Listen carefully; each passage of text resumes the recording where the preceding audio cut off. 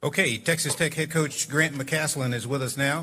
Coach, can you get us started with some general comments about your team?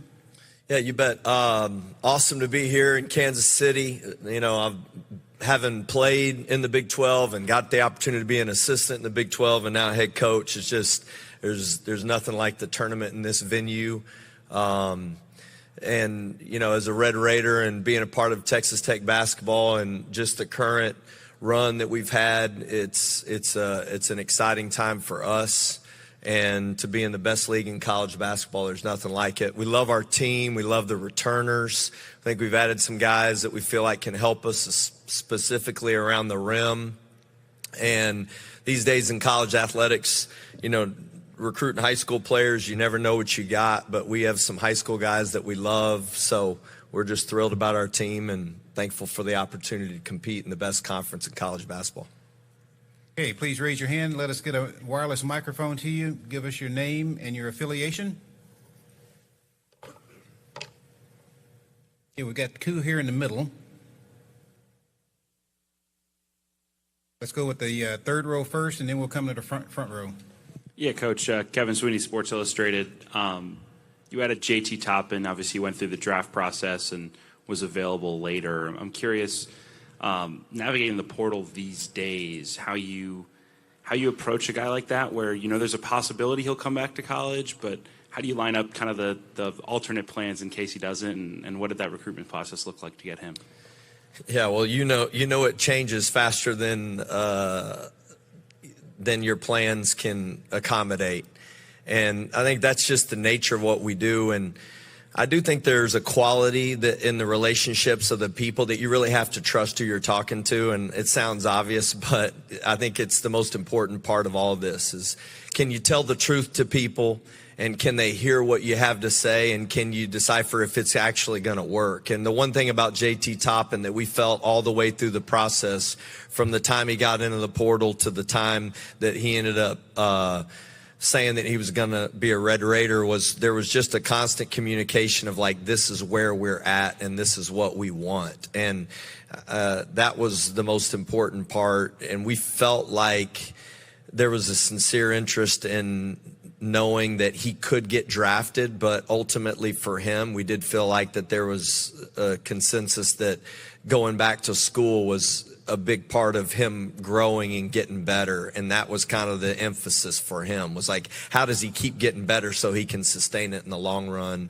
And man, he's got great people around him, and obviously he's going to make a significant impact for us. And you know, in this league, rebounding translates, and he did that at the combine and led the combine in rebounding. When you see that, even though you know that there's a good possibility he could go back to school and we were in a good place with him, you know they could always go. But really, his people, I think they're the best, and thankful we had a great relationship. And I think that's the key to all this, is who you trust and who you talk to.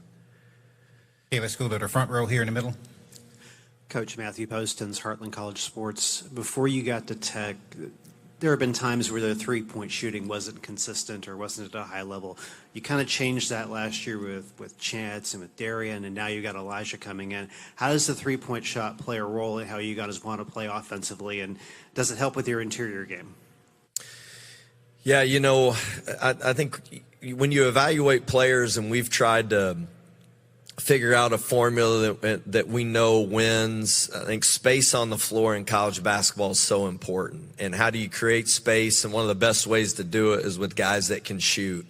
And Chance, McMillan, Kerwin Walton, and Darian Williams, who actually are representing us today at Media Days, are the three best returning percentage shooters at the Power 5 level. And for us specifically, to have a group of guys that have this much experience and can really shoot the basketball, I think it allows the game to be easier for everybody as long as you share it. And it causes the most problems for defenses. And then the biggest thing for us is, how do we put guys around them? And now we have Elijah Hawkins, who I think creates opportunities for those guys. And then by better ball movement, and we love the guys that we brought in. I think the size at the rim and verticality give those guys a chance to be on the floor longer, and we can play multiple different lineups, because the one thing about having three-point shooting is good, but when people take it away, how do you put pressure on the rim? And I think these guys made big steps in the offseason of being able to bounce the ball and make decisions, make reads, and Darian Williams being such a versatile player, he can do all of it. And his three-point shooting, I think, really changed our team last year, and a lot of people didn't see that as a strength of his. But, shooting in college basketball, I think, provides the most space and gives everybody an opportunity to attack the rim and create opportunities for themselves. Okay, we got a question over here on the left, third row. Great. Gary Parrish, CBS Sports. You've said it multiple times, other coaches have as well, the best conference in the country. On one hand, that's awesome. On the other hand, I imagine it must be exhausting. I was just looking at your schedule. There's a stretch in February where you go Houston, Baylor, Arizona in an 8-day span. How important is it to the way you approach this mentally? Because you can be great in this league and you're still going to lose a lot. Yeah, it's funny. Gary, I wouldn't know this if I didn't experience it and do it the wrong way. I was a junior college coach at Midland Junior College, and one of the first years as a head coach, I went through the schedule and we had a pretty good record about halfway through, and I started counting the wins to make it in the top four, because if you were a top four team in the WAC-JAC, Western Junior College, you got to go to the regional tournament, and it's the only way you could make it. There were no at-large bids, so you had to win the regional to go. And I started trying to do the math, and we started losing, and every second that I wasted on trying to do the math, I could have invested in something that actually impacted us. So to your point, I looked at the schedule, and I got it, and everybody likes to critique it, and so I started going through game 1, game 2, and I got to game 4, and it is overwhelming just looking at who you play, where you play them, and I just stopped. I really did. I stopped. And so people ask me, like, who do you play twice? And I do know, just because of the names that we've been asked repetitively, who do we play twice in this league?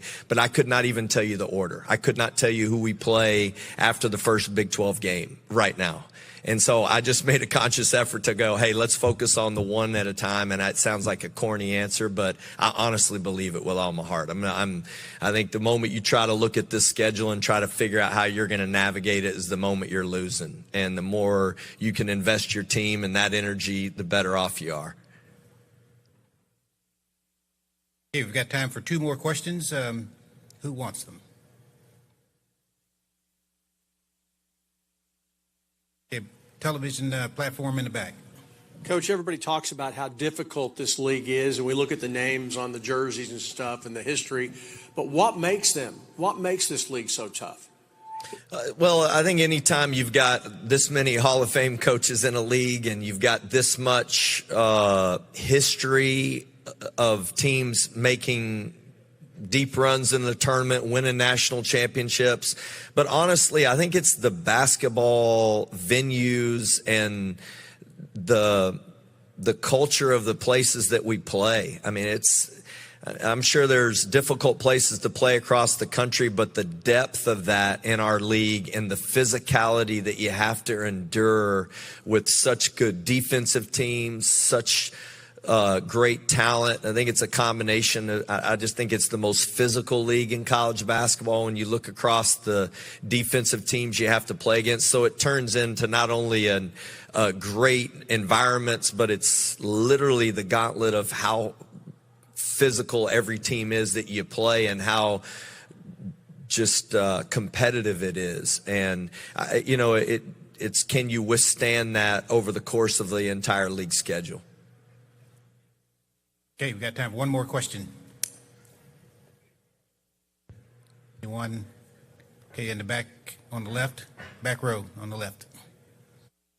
Hey, Coach, Sam Lance with Adam Zagori and Sags Blog. What did you just take away from coaching the U18 junior national team, being an assistant there?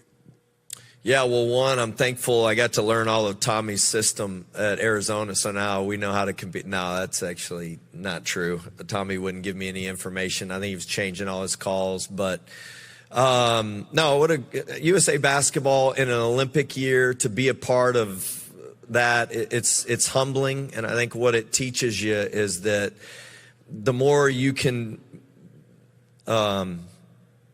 give in those moments, I think you go into that realizing that being a part of USA basketball is so much bigger than, you know, who you are as an individual coach. And there's nothing like being a part of a team that has the best players in the world, and just the expectation that goes with that. But also it's such a great opportunity to learn how it's not about you as an individual. It is about what you can give. And I think that experience of seeing guys that have never been selected or not selected to a team, who've been the best players in the world in their age, to deal with that. But then how do you get a group that's not been together to be together in a short amount of time?